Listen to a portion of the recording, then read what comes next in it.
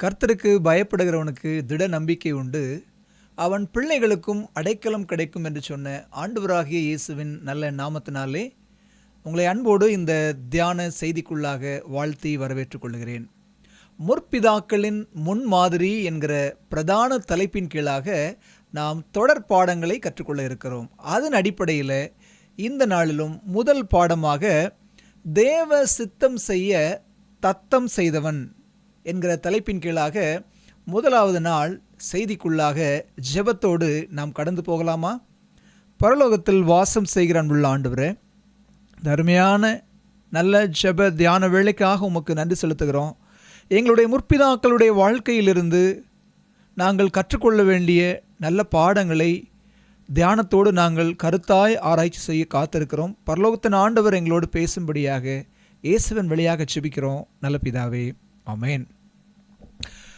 முற்பிதாக்களின் முன்மாதிரி என்கிற தலைப்பின் கீழ் முதலாவது பாடமாக தேவ சித்தம் செய்ய தத்தம் செய்தவன் என்கிற தலைப்பின் கீழாக முதல் நாள் பாடம் நமக்கு இருக்கிறது. நம்முடைய தியானத்திற்காக தெரிந்து கொண்ட வேதாகம பகுதி ஆதியாகம புத்தகம் 22வது அதிகாரம் இந்த நாளுக்குரிய தியானமாக இருக்கிறது. ஆதியாகமம் 22வது அதிகாரம் முதல் வசனம். இந்த காரியங்கள் நடந்த பின்பு தேவன் ஆபிரகாமை சோதித்தார். எப்படியெனில் அவர் அவனை நோக்கி ஆபிரகாமே என்றார். அவன் இதோ அடியேன் என்றான். ஈசாக்கு பிறந்து கிட்டத்தட்ட 20 ஆண்டு காலம் அமைதியாக கடந்து சென்று விட்டது. இந்த சூழ்நிலையில் ஆண்டவராகிய தேவன் ஆபிரகாமோடு பேசியதைத்தான் முதலாவது வசனத்தில் வாசிக்கிறோம். வசனம் சொல்லுகிறது, தேவன் ஆபிரகாமை சோதித்தார் என்று சொல்லி. யாக்கோபின் புஸ்தகத்தில் வாசிக்கிறோம், தேவன் பொல்லாங்கினால் சோதிக்கிறவர் அல்ல. தேவன் ஒரு மனிதனை சோதிப்பாரானால் அது நிச்சயமாகவே அவனுக்கு பயனுள்ளதாகவே இருக்கும். இந்த இடத்தில் பயன்படுத்தப்பட்டுள்ள சோதனை என்கிற வார்த்தையானது பரீட்சை, எக்ஸாமினேஷன் என்கிற பதத்தில் கொடுக்கப்பட்டுள்ளது. அது என்ன பரீட்சை? வேதாகமத்தில் அநேக இடங்களில் பரீட்சை என்கிற வார்த்தை பயன்படுத்தப்பட்டுள்ளதை நாம் பார்த்திருக்கிறோம்.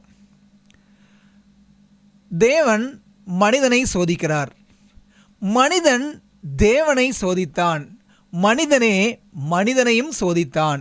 இப்படி 3 தரப்பட்ட நிகழ்வுகளையும் பரீட்சை என்கிற வார்த்தை குறிப்பதாக இருக்கிறது. என்ன ஒரே குழப்பமாக இருக்குதா? தேவன் ஆபிரகாமை சோதித்தார். இது தேவன் மனிதனை சோதிக்கக்கூடிய முதல் முறை. மனிதன் தேவனை சோதிப்பது என்ற பதமானது கிதியோன் தேவனை சோதித்தார். இஸ்ரவேல் ஜனங்களை மீட்டுக்கொள்ளும்படியாக தேவன் கிதியோனை அழைத்த போது அழைக்கிறவர் உண்மையிலே தேவன்தானா என்பதை அவன் தோல் மூலமாக சோதனை செய்து பார்த்ததை நாம் அறிந்திருக்கிறோம். மனிதன் மனிதனை சோதிப்பது. சேவா தேசத்து ராஜஸ்திரீ ஆபிரகாமை மன்னிக்க வேண்டும், சாலமோனை விடுகதைகளினால் அவள் சோதித்ததை நாம் பார்க்க முடிகிறது. கிறிஸ்துவுக்குள் அன்பானவர்களே, இந்த இடத்தில் தேவன் ஆபிரகாமை சோதித்ததை நாம் என்ன செய்ய முடிகிறது? பார்க்க முடிகிறது. 2வது வசனம் பாருங்க. அப்பொழுது அவர் தேவன், உன் புத்திரனும் உன் ஏக சுதனும் உன் நேச குமாரனுமாகிய ஈசாக்கை நீ இப்பொழுது அழைத்து கொண்டு மோரியா தேசத்துக்கு போய் அங்கே நான் உனக்கு குறிக்கும் மலைகள் ஒன்றில் மேல் அவனை தகன பலியாக பலியிடு என்று தேவன் ஆபிரகாமிடம் பலியிடும்படியாக, ஈசாக்கை பலியிடும்படியாக சொல்வதை பார்க்க முடிகிறது. ஏன் தேவன் ஆபிரகாமிடம் ஈசாக்கை பலியிடச் சொன்னார்? ஒருவேளை நீண்ட நாட்களுக்கு பின்பாக, அநேக வருடங்களுக்கு பின்பாக தனக்கு குமாரன் பிறந்ததினாலே ஆபிரகாமுக்கு தேவனோடு இருந்த அன்பு சற்று குறைந்து, அந்த அன்பு தன்னுடைய ஒரே குமாரன் மீது அதிகமாக பற்றி கொண்டிருக்கலாம்.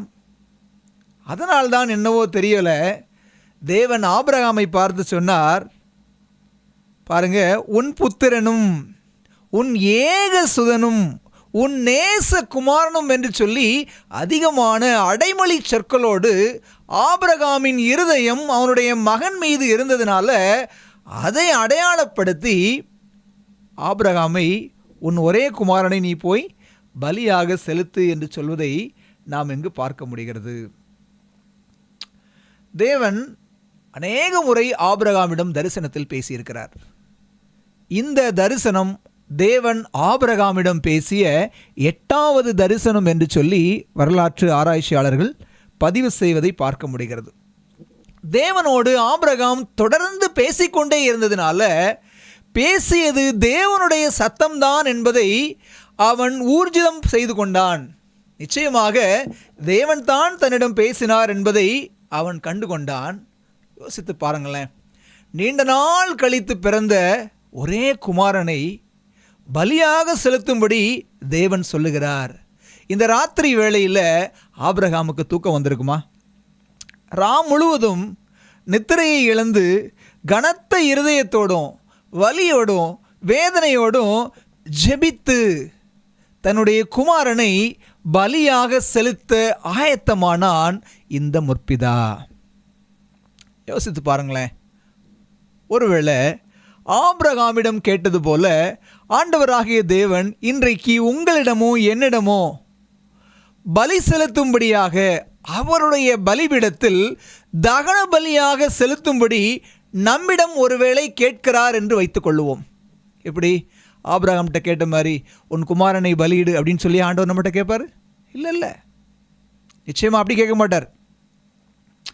எது ஆபிரகாமின் அன்பை தேவனிடமிருந்து பிரித்ததோ அல்லது எது ஆபிரகாமால் மிகவும் நேசிக்கப்பட்டதோ அதைத்தான் தேவன் பலியாக செலுத்த சொன்னார்.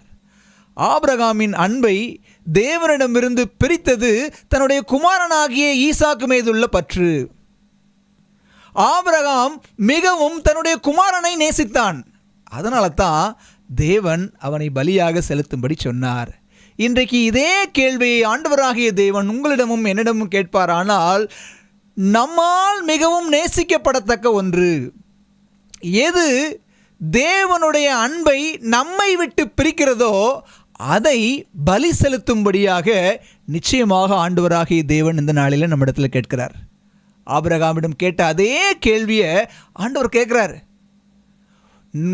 உன் நேசகுமாரனோ உன் ஏக சுதனும் என்று சொன்னது போல உன்னால் மிகவும் நேசிக்கப்படத்தக்கதும் நீ மிகவும் விரும்புகிறதுமான இந்த பழக்கத்தை, இந்த குணத்தை, இந்த காரியத்தை நீ எனக்காக பலி செலுத்து அப்படின்னு சொல்லி ஒருவேளை ஆண்டவர் நம்மகிட்ட கேட்பார் அப்படின்னு சொன்னால் நம்ம என்ன யோசித்து பார்க்கணும்? எது தேவனுடைய அன்பை என்னிடமிருந்து பிரிக்கிறது, எது என்னால் மிகவும் நேசித்து விரும்பப்படத்தக்கதாக இருக்கிறது என்று நம்ம என்ன செய்யணும்? யோசித்து பார்க்கணும். வேதாகமத்தில் பாருங்களேன், பொன்னும் சால்வையும் ஆண்டவருடைய அன்பை விட்டு ஆகானை பிரித்தது. அதன் விளைவாக அவன் அழிந்தே போயிட்டான். காயினின் கோபமும் மூர்க்கமும் எரிச்சலும் அவனை கொலைகாரனாக மாற்றியது. அதன் நிமித்தமாக தேவ அன்பை விட்டு பிரிந்து அவன் நிலையற்று அலைகிற ஒரு மனிதனாக இருந்தான். தாவீதின் மீது சவுலுக்கு இருந்த பொறாமை தேவ ஆவியானவரை அவனை விட்டு பிரித்தது. கடைசியில் தேவனை விட்டு வழி விலகி தற்கொலை செய்து தன்னைத்தானே மாய்த்து கொண்டான் சவுல். மண்ணாசையில் மயங்கிய ஆகாப் குற்றமில்லாத நாபோத்தை கொலை செய்து தோட்டத்தை பறித்து கொண்டான். தேவ அன்பை இழந்து தனக்குத்தானே குளிபறித்து கொண்டான் என்று சொல்லி பார்க்கிறோம். பாடல் பாடுகிறோம்ல, மண்ணாசையில் நான் மயங்கியே மெய்வழி விட்டகன்றேன், கண் போன போக்கை பின்பற்றியே கண்டேனில்லை இன்பமே.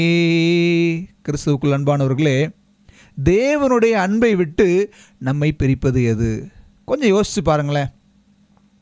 எது என்று நாம் கண்டுகொண்டால் ஆண்டவர் நம்மிடம் இன்றைக்கு அதை நீ பலியிடு, தேவனுடைய பலிபீடத்தில் தகன பலியாக செலுத்து என்று சொல்லி உங்களிடமும் என்னிடமும் கேட்கிறார்.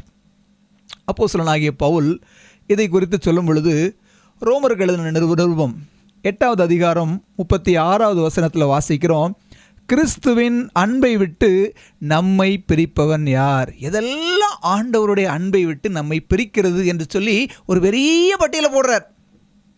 உபத்திரவம் பிரிக்குமா?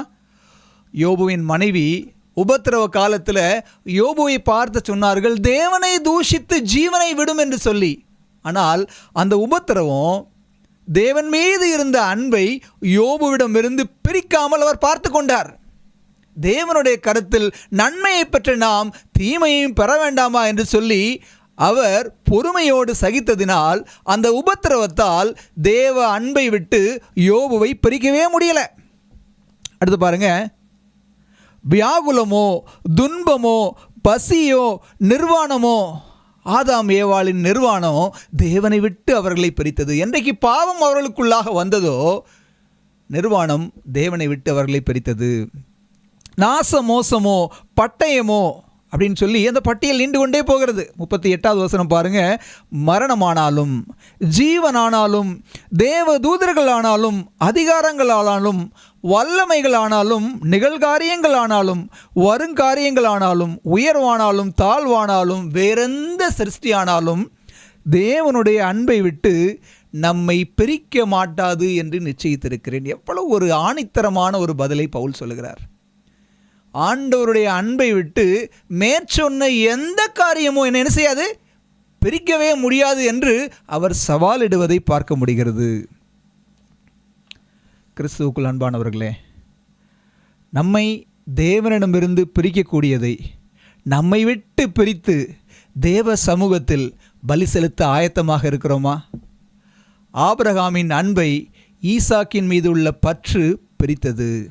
அதனால் தேவன் ஆபிரகாமிடம் ஈசாக்கை போய் பலி செலுத்த சொன்னார். அதே தேவன் இன்றைக்கு உங்களிடத்திலும் என்னிடத்திலும் உன்னிடத்தில் காணப்படக்கூடிய இந்த காரியம் என்னுடைய அன்பிலிருந்து உன்னை பிரித்து எடுக்கிறது. ஆகவே தேவ சமூகத்தில் என்னுடைய பலிபீடத்தில் அதை இன்றைக்கு தகன பலியாக செலுத்து என்று தேவன் கேட்கிறார். இதுதான் முற்பிதாவாகிய ஆபிரகாமுடைய வாழ்க்கையிலிருந்து நாம் கற்றுக்கொள்ள வேண்டிய முதலாவது பாடம். தொடர்ந்து வசனம் 3-4 படிப்போம். ஆபிரகாம் ராத்திரி ஃபுல்லாக தூக்கம் இல்லாமல் வேதனையோடு இரவுகளை கழித்தாலும் கூட பலி செலுத்த ஆயத்தமானான்.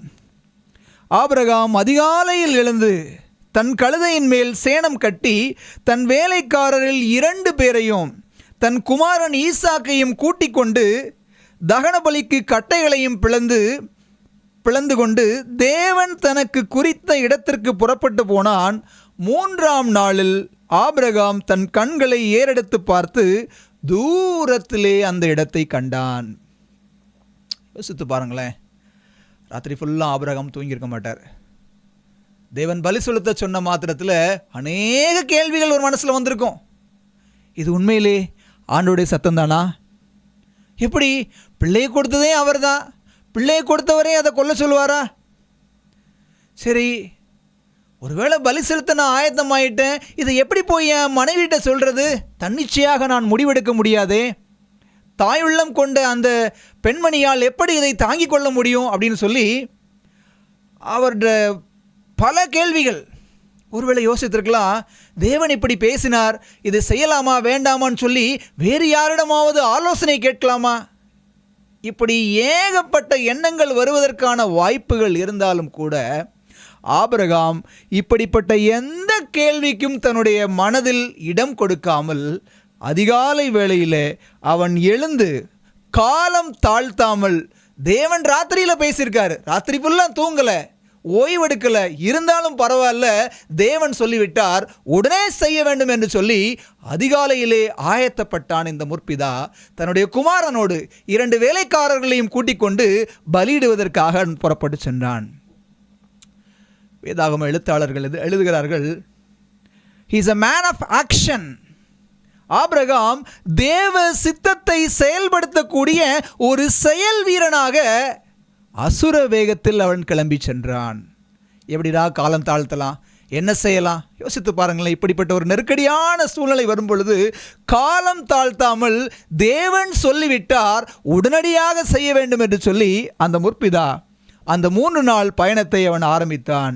3 நாள் பகல் முழுவதும் பயணப்பட்டு கொண்டே இருக்கிறான். பகல் முழுவதும் பயணம் செய்தால் களைப்பு இருக்கும், சோர்வு இருக்கும். ஆனால் மனதில் பாரமும் வலியும் வேதனையும் இருந்ததுனால ராத்திரியில் தூக்கமே இல்லையா. 3 ராத்திரிகளும் நித்திரையில்லாமல் தனித்திருக்கும் குருவியைப் போல ஆனேன் என்று சங்கீதக்காரனாகிய தாவீது சொன்னது போல ஆபிரகாமின் அனுபவம் நித்திரை இல்லாமல் கொட்ட கொட்ட முழிச்சிட்டு இருந்த குருவி மாதிரி கண் விழித்து கொண்டே இருந்தான். வலியும் வேதனையில் தேவனோடு ராத்திரியில் தனிமையில் ஜெபத்தில் நேரம் செலவிட்டார். வலி நிறைந்த இருதயம், வாக்கு கடங்காத பெருமூச்சுகள், வற்றாத கண்ணீர், வறண்டு போன சரீரம் என துக்கத்தை யாரிடமும் சொல்லாமல் தேவனோடு ஜெபத்தில் இருந்தான் இந்த தேவனுடைய சிநேகிதன். நம்ம ஒரு கஷ்டம் வந்தால் யார்கிட்ட சொல்லுவோம்? நம்முடைய நண்பர்கள்ட்ட தானே சொல்லுவோம் இல்லையா? ஆபிரகாமுக்கு நண்பர் யார் தெரியும்? அவங்க ஆண்டவராகிய தேவன் தான் அவருடைய நண்பர். என் சிநேகிதனான ஆபிரகாமின் சந்ததியே என்று சொல்லி ஆபிரகாமை தேவன் தன்னுடைய சிநேகிதனாக வேதாகமத்தில் பதிவு செய்திருக்கிறார். இந்த பலிக்கு அடுத்த விஷயத்தில் சம்பந்தப்பட்ட ஈசாக்கினிடத்தில் கூட காரியத்தை ஆபிரகாம் வெளிப்படுத்தலை. தன்னுடைய இருதயத்தின் ஏக்கத்தையும் வலியையும் வேதனையையும் பாரத்தோடு அந்த முற்பிதா 3 ராத்திரிகளாக ஜெபத்தில் தேவனோடு நேரத்தை செலவிட்டு கொண்டு வந்தான். இப்போ கேள்வி என்ன தெரியுமாங்க?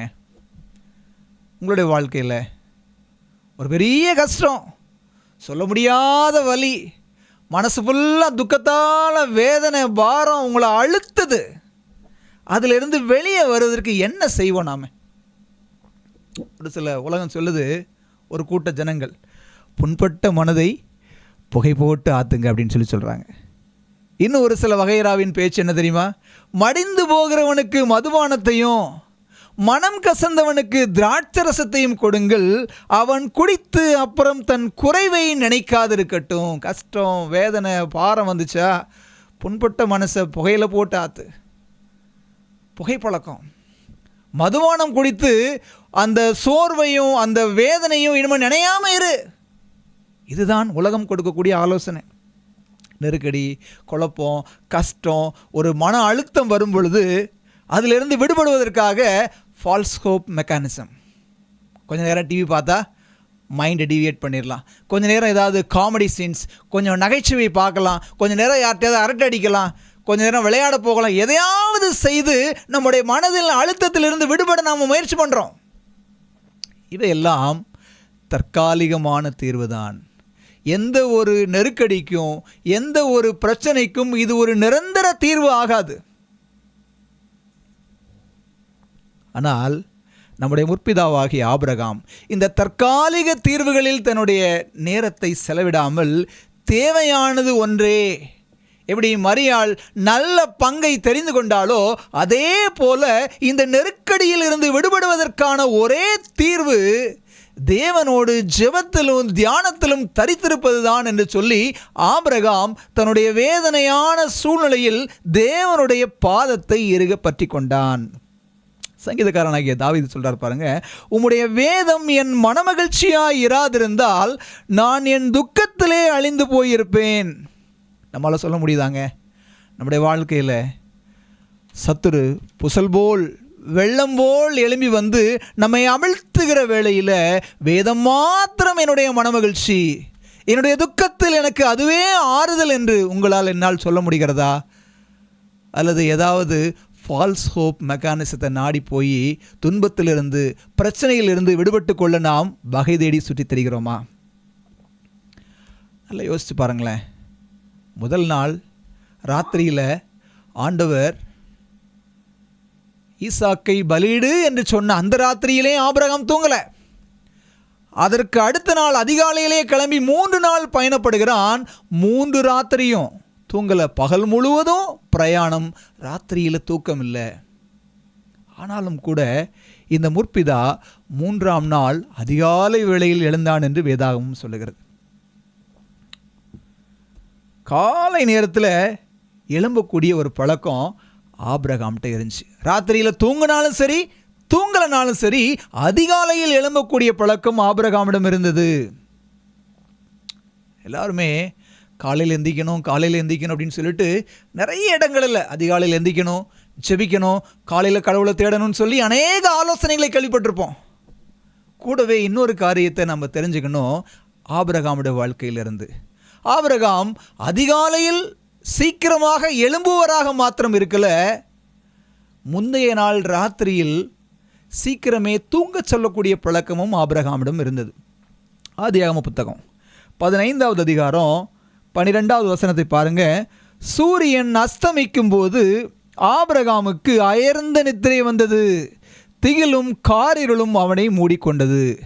இன்னொரு சம்பவம் இது. இன்னொரு சம்பவத்தில் ஆபிரகாம் தேவனோடு உடன்படிக்கை செய்து கொள்ள ஆயத்தமாக இருக்கும்போது பலிமிருகங்களை எல்லாம் இரண்டாக பிளந்து வைத்துவிட்டு தேவனுடைய பிரசன்னத்திற்காக ஆபிரகாம் காத்து கொண்டிருக்கும் போது சூரியன் மறைந்து ராக்காலம் ஆரம்பித்த பொழுது ஆபிரகாமுடைய கண்கள் இருள ஆரம்பித்தது. காரணம், அனுதினமும் சூரிய அஸ்தமனத்திற்கு பின்பாக தூங்கக்கூடிய பழக்கம் இருந்ததுனால அந்த பழக்கத்தின் அடிப்படையில் ஆபிரகாமுக்கு தூக்கம் வந்தது. கிறிஸ்துவுக்குள் அன்பானவர்களே, அப்படியானால் இந்த முற்பிதாவின் வாழ்க்கையிலிருந்து நாம் கற்றுக்கொள்ள வேண்டிய அடுத்த பாடம் என்ன அப்படின்னு சொன்னால், இரவு நேரத்தில் சீக்கிரம் தூங்கச் சென்று அதிகாலை வேளையில் சீக்கிரம் எழும்பக்கூடிய பழக்கம் இந்த முற்பிதாவின் வாழ்க்கையில் இருக்கிறது. பொதுவாகவே பார்த்தீங்கன்னா கிராமத்து வாசிகள்லாம் பார்த்தீங்கன்னா, நான் சிறு வயதாக இருக்கும்போது என்னுடைய வீடுகளெல்லாம் என்னுடைய தாய் தகப்பன் என்னை பயிற்றுவித்த விதமும் அப்படித்தான். என்ன பண்ணுவாங்க அப்படின்னு சொன்னால், சீக்கிரமே தூங்க போயிடுவாங்க. சாயங்காலம் ஒரு 7:30 மணி 8 மணிக்குள்ளே படுக்க போயிடுவாங்க. என்னுடைய தகப்பனார், எனக்கு தெரிஞ்சு என்னுடைய தகப்பனாரும் சரி தாயாரும் சரி, காலையில் 3:30 மணி 4 மணிக்குள்ளே எழுந்திரிச்சிருவாங்க. 3 மணிக்கு மேலே அவங்க எழுந்திரிச்சிருவாங்க. இது கிராமத்து வாசிகளின் பழக்கமாக இருந்தது. வேதாகமும் அதே பழக்கத்தை தான் கற்றுக்கொள்ள சொல்லுகிறது. எடுத்து வாசித்து பாருங்க. 104வது சங்கீதம் 20லிருந்து நாம் 22 வரை படித்து பார்த்தோம் அப்படின்னு சொன்னால், சங்கீதக்காரன் மிக அருமையாக சொல்லுகிறார். நீர் இருளை கட்டளையிடுகிறீர், ராக்காலமாகும், அதிலே காட்டு ஜீவன்கள் நடமாடும். ராக்காலம் யாருக்கு? காட்டு ஜீவன்கள் நடமாடுவதற்காக தேவன் ராக்காலத்தை வைத்திருக்கிறார். பால சிங்கங்கள் இறைக்காக கர்ஜித்து தேவனால் தங்களுக்கு ஆகாரம் கிடைக்கும்படி தேடும். சூரியன் உதிக்கையில் அவைகள் ஒதுங்கி தங்கள் தாவரங்களில் படுத்துக்கொள்ளும். ராத்திரி ஃபுல்லாக காட்டு மிருகங்கள் வேட்டையாடி தங்களுடைய ஆகாரத்தை சவதரித்து கொள்ளும். சூரியன் உதிக்கும் பொழுது தங்களுடைய உறைவிடங்களில் போய் அவைகள் ஓய்வெடுக்க ஆரம்பித்து விடுமாம். தேவனுடைய படைப்பு இப்படித்தான் இருக்கிறது. அப்பொழுது எப்பொழுது சூரியன் உதித்து வரும் பொழுது மனுஷன் சாயங்காலம் மட்டும் தன் வேலைக்கும் தன் பண்ணைக்கும் புறப்படுவான். வேதம் என்ன சொல்லுகிறது? தேவ திட்டம் மனிதன் பகலில் உழைத்து இரவில் தூங்க வேண்டும். அந்தோ பரிதாபம், இன்றைக்கு மனிதர்களாகிய நாம் ராத்திரி பகலாக உழைச்சி இறைவனை மறந்து விடுகிறோம். ஆபிரகாம் இரவில் சீக்கிரம் தூங்கச் சென்று அதிகாலையில் சீக்கிரமாக எழுந்து தேவனை தேடும் பழக்கமுடையவனாக இருந்தான். வேதாகமம் சொல்லுகிறது, கர்த்தரை கண்டடையத்தக்க சமயத்தில் அவரை தேடுங்கள், அவர் சமீபமாயிருக்கையில் அவரை நோக்கி கூப்பிடுங்கள் என்று ஏசாயா தீர்க்கதரிசியின் புத்தகம் 55வது அதிகாரம் 7வது வசனத்தில் வாசிக்கிறோம். கர்த்தரை கண்டடையத்தக்க சமயம் எது என்கிற ஒரு கேள்வியை கேட்டு பார்ப்போமானால், சாலமோன் ஞானி மிக அழகான பதிலை சொல்லுகிறார். என்னை சிநேகிக்கிறவர்களை நான் சிநேகிக்கிறேன், அதிகாலையில் என்னை தேடுகிறவன் என்னை கண்டடைவான். நீதிமொழிகளின் புத்தகம் 8வது அதிகாரம் 17வது வசனம். கர்த்தரை கண்டடையத்தக்க சமயம் அதிகாலை நேரம். அந்த அதிகாலை நேரத்தில் நம்முடைய முற்பிதாவாகிய ஆபிரகாம் தேவனை தேட எழுந்திருக்கக்கூடிய பழக்கமுடையவனாக அவன் காணப்பட்டான். தேவனுடைய சிநேகிதனாக இருந்த ஆபிரகாம் அதிகாலையில் தேவனை தேடினான். கிறிஸ்துவுக்குள் அன்பானவர்களே, ஆபிரகாமைப் போல நீங்களும் தேவனுடைய சிநேகிதர்களாக இருக்க ஆசைப்படுவீர்களானால் அதிகாலையில் எழும்பி தேவனை தேடக்கூடிய பழக்கத்தை வளர்த்து கொள்ளுங்கள். இது ஆபிரகாமுடைய வாழ்க்கையிலிருந்து நாம் கற்றுக்கொள்ள வேண்டிய 3வது பாடம். வசனம் 5 பாருங்கள். அப்பொழுது ஆபிரகாம் தன் வேலைக்காரனை நோக்கி, நீங்கள் கழுதையை நிறுத்தி இங்கே காத்திருங்கள், நானும் பிள்ளையாண்டானும் அவிடம் மட்டும் போய் தொழுது கொண்டு உங்களிடத்திற்கு திரும்பி வருவோம் என்றான். என்ன எப்படி தெரியும் ஆபிரகாமுக்கு? பலி செலுத்த போறோன்னு அவருக்கு தெரியும். பலி செலுத்தி விட்டால் மகன் அவ்வளவுதான். ஆனாலும் என்ன நம்பிக்கையில் இந்த முற்பிதா நானும் பிள்ளையாண்டானும் திரும்ப வருவோம் என்று சொல்லிவிட்டு சென்றார். எப்படி அவரால் சொல்ல முடிந்தது என்கிற கேள்வியை மனதில் வைத்துக் கொள்ளுங்கள். இப்போ அதற்கான பதிலை நாம் என்ன செய்யலாம் பின்னாடி பார்ப்போம். வேலைக்காரன் நிப்பாட்டியாச்சு.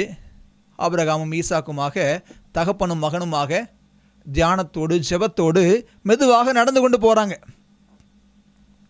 ஒரு மயான அமைதி. ஆபிரகாம் ஜெபமும் தியானமுமாக தேவனோடு நடந்து செல்கிறான். தகப்பனும் மகனுமாக 2 பேரும் சேர்ந்து பலிபீடத்தை கட்டி முடிக்கிறார்கள். இப்பொழுது இதுவரைக்கும் ஆபிரகாம் ஈசாக்கிடம் பலி செலுத்தக்கூடிய காரியத்தை குறித்து எதுவும் பேசலை. இப்பொழுது ஆபிரகாம் ஈசாக்கை கூப்பிட்டு மகனிடம் தேவன் சொன்ன எல்லா காரியங்களையும் பொறுமையாக நிதானமாக விளக்கி சொல்லுகிறார்.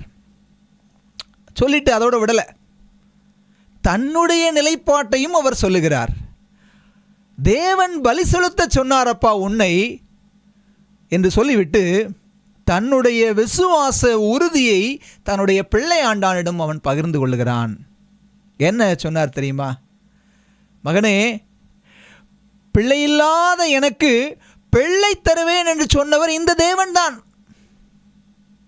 90 வயதில் கர்ப்பம் செத்து போன உன் தாய்க்கும் 100 வயதில் பலனிழந்து தள்ளாடும் உன் கிள தகப்பனுக்கும் சாத்தியமே இல்லாத சூழ்நிலையில் வாக்குத்தத்த மைந்தனாய் உன்னை கொடுத்த அவரால் நிச்சயமாய் இந்த பலி என்கிற மரணத்திலிருந்தும் உன்னை திரும்ப உயிரோடு எழுப்பி எங்களிடம் தருவார் என்று நான் விசுவாசிக்கிறேன் அப்படின்னு ஆபிரகாம் ஈசாக்கிடம் சொன்னார். எபிரேயர் 11வது அதிகாரத்தில் படித்து பார்த்தீங்கன்னா அவன் சொன்ன வாக்கியங்கள் அப்படியே இருக்கும். எபிரேயர் 11வது அதிகாரம் 12, 18, 19 வசனங்களை வாசித்து பார்த்தால் ஒரு பகுதியை மாத்திரம் நான் வாசிக்கிறேன். மரித்தோரிலிருந்து எழுப்ப தேவன் வல்லவராயிருக்கிறார் என்று எண்ணி தனக்கு ஒரே பேரானவனையே பலியாக ஒப்பு கொடுத்தார். ஆபிரகாம் தன்னுடைய விசுவாச நிலைப்பாட்டை தெளிவாக புரிந்ததினால்தான் வேலைக்காரரிடம் அவர் சொன்னார், நானும் பிள்ளையாண்டானும் போய் திரும்ப வருவோம். போகும்போது வெறுங்கை முளம் போட முடியுமா? ஆடு இல்லையப்பா, ஆடு எங்கே அப்படின்னு ஈசாக்கு கேள்வி கேட்டதற்கு, மகனே, நம்முடைய பலிக்கான ஆட்டுக்குட்டியை தேவன் பார்த்து கொள்ளுவார் என்று ஆபிரகாம் சொன்னார். நமக்கான பாடம் இங்கே என்ன அப்படின்னு சொன்னால், சாத்தியமே இல்லாத ஒரு சூழ்நிலையை சாத்தியமாக்கக்கூடியவர் நம்முடைய தேவன். எப்படி சாத்தியமில்லாத சாத்தியமாக்கினார்? குழந்தையே பெற்றெடுக்க முடியாத வயதான தம்பதிக்கு குழந்தையை கொடுத்தவர் தேவன். அதே தேவனால் பலியாக போகக்கூடிய மகனையும் திரும்ப உயிரோடு கொடுக்க முடியும் என்று சொல்லி நம்முடைய முற்பிதா விசுவாசித்தார். சாத்தியமில்லாதவைகளை சாத்தியமாக்குகிறவர் நம்முடைய தேவன். கிறிஸ்துவுக்குள் அன்பானவர்களே, உங்களுடைய வாழ்க்கையில் ஏதாவது சாத்தியமே இல்லாதது போல ஒரு நிகழ்ச்சி இருக்கிறதா? இதை செய்யவே முடியாது, அநேக ஆண்டுகளாக அங்கலாய்த்து கொண்டிருக்கிறீர்களா? நம்முடைய தேவனுடைய பாதத்தண்டையில் வாருங்கள். சாத்தியமில்லாதவைகளை சாத்தியமாக்கக்கூடிய சர்வவல்ல தேவனாக அவர் இருக்கிறார் என்று முற்பிதாவினுடைய வாழ்க்கையிலிருந்து நாம் அடுத்த பாடத்தை கற்றுக்கொள்ளலாம். அதனால தான் 14வது வசனம் அழகாக சொல்லுகிறது, ஆபிரகாம் அந்த இடத்திற்கு யெகோவாயிரே என்று பெயரிட்டான். யெகோவாயிரே என்று சொன்னால் அதனாலே கர்த்தருடைய பர்வதத்திலே பார்த்து கொள்ளப்படும் என்று இந்நாள் வரைக்கும் சொல்லப்படுகிறது. நம்மால் முடியாத அசாதாரணமான காரியங்கள் எதுவாக இருந்தாலும் தேவனுடைய சமூகத்தில், ஆண்டவருடைய சந்நிதியில் ஆண்டவரால் அது பார்த்து கொள்ளப்படும் என்று கர்த்தருக்குள்ளாக நாம் விசுவாசிக்கலாம் என்று சொல்லி இந்த முற்பிதாவின் வாழ்க்கை நமக்கு கற்றுத்தருவதை பார்க்க முடிகிறது. கடைசியாக ஆபிரகாமும் ஈசாக்குமாக பலி செலுத்தும்படியாக நடந்து போகிறாங்க. போகும்போது ஈசாக்கு கேட்குறார், என் தகப்பனே அப்படின்னு சொன்ன உடனே ஆபிரகாம், என் மகனே இதோ இருக்கிறேன் என்று பதில் சொன்னார். அந்த எபிரேய கலாச்சாரத்தில் தன்னுடைய தகப்பனிடம் ஏதாவது பேசணும் அப்படின்னு சொன்னால் முதலாவது பெர்மிஷன், அனுமதி கேட்கணுமா. அப்படி அனுமதி கேட்கக்கூடிய வகையில்தான் ஈசாக்கு கேட்கிறார், என் தகப்பனே. அப்படி கேட்ட மாத்திரத்தில் அதற்கு மறு உத்தரவு சொல்லக்கூடிய வகையில் ஆபிரகாம் சொல்லுகிறார், என் மகனே இதோ இருக்கிறேன், நீ என்ன கேட்க வேண்டுமோ கேள் என்பது போல ஒரு சம்பாஷணை இங்கு நடைபெறுவதை பார்க்க முடிகிறது. பாருங்களேன், 20 வயது நிரம்பிய ஒரு வாலிப பையன் தன்னுடைய தகப்பனிடம் பேசுவதற்காக அனுமதி கேட்டுவிட்டு பேசுகிறான். எவ்வளவு ஒரு நற்குணத்தை ஈசாக்கு வளர்த்திருந்தான். ஆபிரகாமுடைய பிள்ளை வளர்ப்பு எந்த அளவுக்கு நேர்த்தியானதாக இருந்தது. 20 வயதில் பிள்ளைகள் இன்றைக்கு பெற்றோரிடம் பேசக்கூடிய விதம் எப்படி இருக்கிறது என்று யோசித்து பார்ப்போம். பலியிட போறேன் அப்படின்னு சொல்லி பலிபீடத்தை கட்டி முடிச்சுட்டு ஆபிரகாம் ஈசாக்கிட்ட சொல்றாரு. ஈசாக்கு நினைத்திருந்தால் 20 வயது வாலிபன் 120 வயது கிழவனை கீழே தள்ளிவிட்டு அந்த இடத்தை விட்டு ஓடி இருக்க முடியாதா? பலம் வாய்ந்த திடகாத்திரமான வாலிபன் பலனிழந்த கிழவனை கீழே தள்ளிவிட்டு ஓடி போயிருக்கலாம். ஆனால் ஈசாக்கு அப்படி செய்யவில்லை. அவனுக்கு எதிர்த்து நின்றிருக்கலாம். அப்படி செய்யாமல் சத்தமிடாதிருக்கிற ஆட்டுக்குட்டியாகிய இயேசு கிறிஸ்துவுக்கு முன் அடையாளமான ஈசாக்கு அந்த பலிபீடத்து கட்டைகளின் மீது சிப்புன்னு போய் படுத்துக்கிட்டார். ஏன்னா இயேசு கிறிஸ்து அப்படிதானே இருந்தார். மயிர் கத்தரிக்கிறவனுக்கு முன்பாக தன்னை சத்தமிடாதிருக்கிற ஆட்டுக்குட்டி மாதிரி அமைதியாக போனாருங்க. எப்படி ஒன்றுமே அப்பா சொன்ன உடனே எந்த மறுபேச்சு பேசாமல் போய் ஈசாக்கு கீழ்ப்படிந்தார் தெரியுமா? ஏன்னு சொன்னால், ஆபிரகாம் மகனை பலி செலுத்துன்னு தேவன் சொன்ன உடனே தேவன்ட்டு ஆபிரகாம் எந்த கேள்வியும் கேட்கல. ஆபிரகாமிடம் தேவன் சொன்ன உடனே எந்த எதிர்ப்போ, எந்த முறுமுறுப்போ, எந்த சலசலப்போ இல்லாமல் அமைதியாக அந்த திட்டத்திற்கு ஒப்பு கொடுத்து அந்த தேவ சித்தத்தை செயல்படுத்த தன்னையே முழுமையாக தத்தம் செய்தான். அப்பாவை மருதன பிள்ளை இருக்கும், தகப்பனை போன்ற பிள்ளை அல்லவா ஈசாக்கு. எப்படி தேவனுக்கு ஆபிரகாம் முழுமையாக கீழ்ப்படிந்தாரோ அதே போல ஈசாக்கும் தன்னுடைய தகப்பனாகிய ஆபிரகாமுக்கு முழுமையாக எந்த மறுப்பும் தெரிவிக்காமல் கீழ்ப்படிந்ததை நாம் என்ன செய்ய முடிகிறது, பார்க்க முடிகிறது. கிறிஸ்துவுக்குள் அன்பான பெற்றோர்களே, என் பிள்ளை நான் சொன்ன பேச்சே கேட்க மாட்டேங்கிறான், நான் சொன்ன எதுக்குமே கீழ்ப்படிய மாட்டேங்கிறான் அப்படின்னு சொல்லி வருத்தப்படுற பெற்றவங்களா நீங்கள்? இல்லை வருத்தப்படுகிற ஒரு தகப்பனா நான்? நமக்கான பாடம் என்ன அப்படின்னு சொன்னால், நீங்களும் நானும் நம்முடைய பரமபிதாவுக்கு எந்தவித மறுப்பும் இல்லாமல் பரிபூர்ண மனதோடு நாம் கீழ்ப்படிந்திருப்போம் அப்படின்னு சொன்னால், நம்மை பார்க்கிற நம்முடைய பிள்ளைகள் நம்முடைய வார்த்தைக்கு ஈசாக்கை போல முழுமையாக கீழ்ப்படிவாங்க. நமக்கு மாத்திரமல்ல, நம்முடைய பரமபிதாவுக்கு அவங்க என்ன செய்வாங்க, முழுமையாக கீழ்ப்படிவாங்க. வசனம் 18 சொல்லுகிறது, நீ என் சொல்லுக்கு கீழ்ப்படிந்தபடியினால் உன் சந்ததிக்குள் பூமியில் உள்ள சகல ஜாதிகளும் ஆசீர்வதிக்கப்படும். அப்போ நாம் தேவனுக்கு கீழ்ப்படிந்தால் ஆசீர்வாதம் நமக்கு மாத்திரமல்ல, நம்முடைய சந்ததிக்கும். இந்த சம்பவத்தின் ஏனைய பகுதிகளெல்லாம் நமக்கு தெரியும். தேவன் அந்த பலியை நிறுத்த சொல்லுகிறார். ஆபிரகாமுடைய விசுவாச சோதனை முடிவுக்கு வருவதை பார்க்க முடிகிறது. கிறிஸ்துவுக்குள் அன்பானவர்களே, செய்தியோட முடிவு பகுதியில் நாம் யோசிப்போம். தேவன் ஆபிரகாமிடம் தன்னுடைய மகனை அவருக்காக ஒப்பு கொடுக்க சொன்னார், பலி செலுத்த சொன்னார், தியாகம் செய்ய சொன்னார். இன்றைக்கு ஒருவேளை ஆண்டவராகிய தேவன் நம்மிடம் தியாகம் செய்ய சொல்வாரானால் அவருக்காக நம்மை ஒப்பு கொடுக்க ஆயத்தமாக இருக்கிறோமா? நான் ஒரு சம்பவத்தை சொல்லி என்னுடைய செய்தியை முடிக்க ஆசைப்படுகிறேன். ஒரு ஆலயத்தில் சீனாவில் மிஷினரி ஊழியம் செய்வதற்காக தன்னார்வமுள்ள ஊழியக்காரர்களை தேர்ந்தெடுப்பதற்காக மிஷினரிமார்கள் வந்திருந்தார்களாம். அந்த ஆலயத்தில் அழைப்பு கொடுத்த மாத்திரத்தில் யாராவது சீன தேசத்திற்கு மிஷினரியாக ஊழியம் செய்ய வருகிறீர்களா என்று கேட்ட மாத்திரத்தில் அந்த ஆலயத்திலிருந்து யாருமே வரலையாம். கடைசி வரிசையில் உட்கார்ந்திருந்த ஒரு விதவை தாய் முன்பாக வந்து, என்னுடைய மூத்த மகளை நான் என்ன செய்கிறேன், ஊழியத்திற்காக அனுப்புகிறேன் என்று சொன்னார்களாம். இதை கேள்விப்பட்ட மிஷினரிமார்கள், அம்மா அந்த சீன தேசமானது ஒரு பாதுகாப்பு இல்லாத ஒரு பயங்கரமான தேசம், அங்கு நாங்கள் பெண் பிள்ளைகளை எல்லாம் அனுப்புவதில்லை, எங்களுக்கு வேண்டியது ஆண் பிள்ளைகள் மாத்திரமே என்று சொன்ன மாத்திரத்தில் அந்த தாயார் சொன்னாங்களாம், அப்படி என்றால் வேதாகம காலத்தில் தெபோரால், லீதியால் போன்ற பெண்கள் ஆண்டவருக்காக ஊழியம் செய்யவில்லையா என்று சொன்ன மாத்திரத்தில் இந்த மிஷினரிமார்களால் எந்த பதிலும் சொல்ல முடியவில்லை.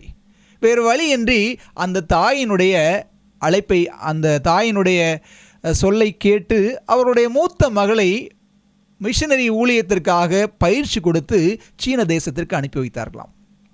சீன தேசத்தில் உள்ள அந்த மிஷனரி வளாகத்தில் இந்த வாலிப பிள்ளை தங்கியிருக்கிறாள். ஒரு நாள் காலை வேளையிலே கதவு தட்டப்படக்கூடிய சத்தம் கேட்கிறது. இந்த வாலிப பிள்ளை கதவை திறந்த மாத்திரத்தில் சீன தேசத்தை சார்ந்த 2 சிப்பாய்கள் அங்கு நிற்கிறார்கள். அந்த காலகட்டத்தில் வெள்ளையர்களுக்கும் சீனர்களுக்கும் இடையே போர் நடந்து கொண்டிருந்த ஒரு காலகட்டம். இந்த 2 சிப்பாய்களும் இந்த சகோதரியிடம் கேட்டார்களாம், நீ எதற்காக இங்கு வந்திருக்கிறாய் என்று சொல்லி. அந்த சகோதரி, நான் ஆண்டவராகிய இயேசுவின் அன்பை குறித்து சீன மக்களுக்கு சொல்வதற்காக வந்திருக்கிறேன் என்று சொன்ன மாத்திரத்தில் அவர்கள் இருவரும் கோபத்தினால் கொதித்தெழுந்தவர்களாக, மதத்தின் பெயரில் எங்களை அடிமைப்படுத்தவா வந்திருக்கிறாய் என்று சொல்லி துப்பாக்கியை எடுத்து அந்த சகோதரியை சுட்டு கொன்று விட்டார்களாம். உலகம் முழுவதும் இந்த செய்தி காட்டுத்தீயாக பரவுகிறது. இந்த தாயும் இந்த செய்தியை கேள்விப்படுகிறாள். மூத்த மகள் இறந்த மாத்திரத்தில் தன்னுடைய 2வது மகளை ஊழியத்திற்காக அனுப்புகிறாள். அதே போல் 2வது மகளும் ஊழியத்திற்காக போகிறாள். அதே மிஷனரி வளாகத்தில் அதே சிப்பாய்களால் அவளும் சுட்டுக் கொல்லப்படுகிறாள்.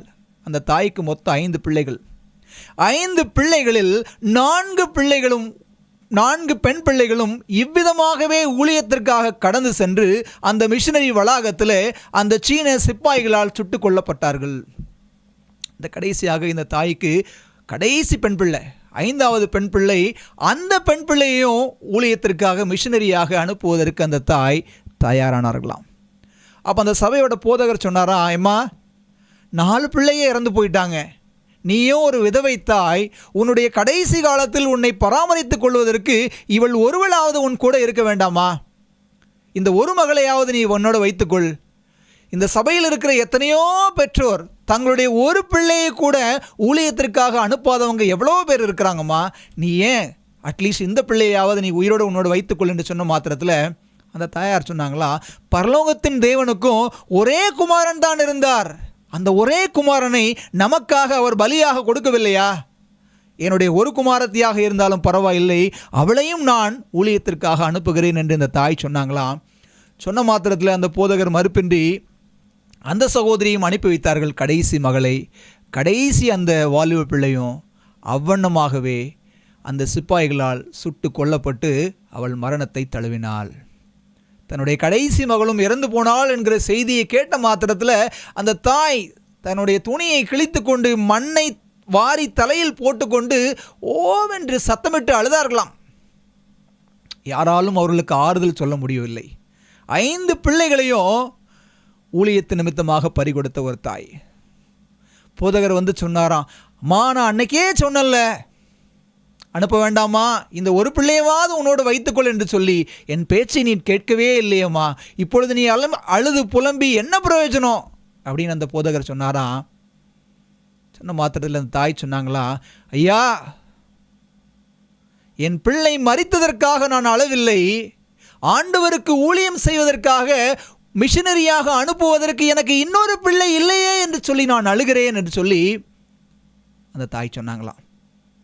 கடைசியாக அந்த தாய் ஒரு தீர்மானத்துக்கு வந்தாங்களாம், பிள்ளை இல்லை என்று சொன்னால் என்ன, நானே ஊழிய களத்திற்கு செல்கிறேன் என்று சொல்லி சீன தேசத்திற்கு அந்த தாய் மிஷனரியாக கடந்து போனார்களாம். மிஷனரி வளாகத்திலே தங்கியிருந்தார்களாம். விளக்கம் போல ஒரு நாள் காலை வேளையில் சிப்பாய்கள் கதவை தட்டினார்களாம். கதவை திறந்த மாத்திரத்தில் 2 சிப்பாய்கள் கேட்டாங்களாம், நீங்கள் யார், எதற்காக இங்கு வந்திருக்கிறீர்கள் என்று கேட்ட மாத்திரத்தில் அந்த தாய் சொன்னாங்களாம், உங்களால் சுட்டு கொல்லப்பட்ட 5 பெண் பிள்ளைகளின் தாய் நான் தான், இயேசுவின் அன்பை குறித்து அறிவிக்க வந்திருக்கிறேன் என்று சொன்ன மாத்திரத்தில் அந்த தாயின் நெற்றி பொட்டில் வைக்கப்பட்டிருந்த துப்பாக்கி தானாக கீழே வந்ததாம். அந்த 2 சிப்பாய்களும் கண்ணீர் விட்டு அழுதார்களாம். 5 பிள்ளைகளையுமே எங்களுக்காக இழக்க கொடுத்திருக்கிறீர்கள் என்று சொன்னால் அந்த ஆண்டவருடைய அன்பை குறித்து நாங்கள் நிச்சயமாக அறிந்து கொள்ள வேண்டும், எங்களுக்கு அந்த ஆண்டவருடைய அன்பை சொல்லிக் கொடுங்கள் என்று சொல்லி அந்த சிப்பாய்கள் கேட்டார்களாம்.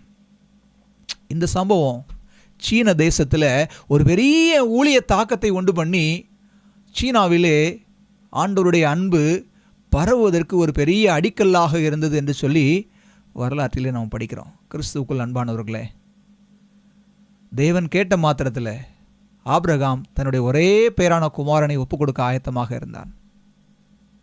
மிஷனரி ஊழியத்திற்காக ஒரு அழைப்பு கொடுக்கப்பட்ட மாத்திரத்தில் ஒரு தாய் தன்னுடைய 5 பிள்ளைகளையும் தன்னோடு சேர்த்து ஊழியத்திற்காக ஒப்புக் கொடுத்தாள். ஆண்டவரை அறிந்து கொண்டிருக்கிற நாம் ஆண்டவருக்காக நாம் என்ன செய்ய போகிறோம்? தேவன் ஒருவேளை இந்த நாளில் எனக்காக மகனே நீ இதை செய்வாயா, இல்லை என்ன செய்ய போகிறாய் என்ற ஒரு கேள்வியை நம்மிடத்தில் கேட்பாரானால், ஆண்டவரே உம்முடைய வேலைக்காக நான் போகிறேன், என்னை அனுப்பும் என்று ஏசாயா தீர்க்கதரிசி சொன்னது போல தேவனுடைய ஊழியத்திற்காக தேவ சித்தம் செய்ய நம்மை தத்தம் செய்வோம். கர்த்தர் நம் ஒவ்வொருவரையும் ஆசீர்வதித்து வழிநடத்துவாராக. ஆமேன். ஜெபிப்போமா. பரலோகத்தில் வாசம் செய்கிற அன்புள்ள ஆண்டவரே, முற்பிதாவாகிய ஆபிரகாம் வாழ்க்கையிலிருந்து கர்த்தாவே நல்ல பாடங்களை படித்து கொண்டோம். ஆண்டவரே, தேவனுடைய அன்பை விட்டு பிரிக்கக்கூடிய காரியம் என்ன என்பதை நாங்கள் யோசித்து பார்த்து பலிபிடத்தில் அதை இந்த நாளில் பலி செலுத்த எங்களுக்கு உதவி செய்யும்படியாய் ஜெபிக்கிறோம். உள்ள ஆண்டவரே, நேரப்பட தூங்கி நேரப்பட அதிகாலையில் எழுந்து தேவனை தேடக்கூடிய நல்ல பழக்கத்தை நாங்கள் கற்றுக்கொள்ள பரலோகத்தின் ஆண்டவர் உதவி செய்யும்படியாய் ஜெபிக்கிறோம். உள்ள ஆண்டவரே, சாத்தியமில்லாதவைகளை சாத்தியமாக்கக்கூடிய தேவன் எங்களோடு இருக்கிறார் என்று சொல்லி தடைகளை தகர்த்து போடுகிற தேவ சமூகத்தில் எங்களுடைய பிரச்சனைகளை எல்லாம் நாங்கள் வைக்க எங்களுக்கு உதவி செய்யுங்கப்பா. ஆண்டவரே, எங்களுடைய வாழ்க்கையில் நெருக்கடியும் பாரங்களும் எங்களை அமுக்கும் பொழுது சிற்றின்பங்களை நாடாதபடி பேரின்பமாகிய உம்மையும் வேதாகமத்தையும் நாடுவதற்கு நீர் எங்களுக்கு உதவி செய்யும்படியாய் ஜெபிக்கிறோம். ஆண்டவரே, எங்கள் பிள்ளைகள் எங்கள் சந்ததி ஆசீர்வதிக்கப்பட வேண்டுமானால் நாங்கள் தேவனுடைய வார்த்தைகளுக்கு கீழ்ப்படியும் பொழுது எங்கள் பிள்ளைகள் எங்களுக்கும் தேவனுக்கும் கீழ்ப்படிவார்கள் என்று கற்றுக்கொண்டோம்.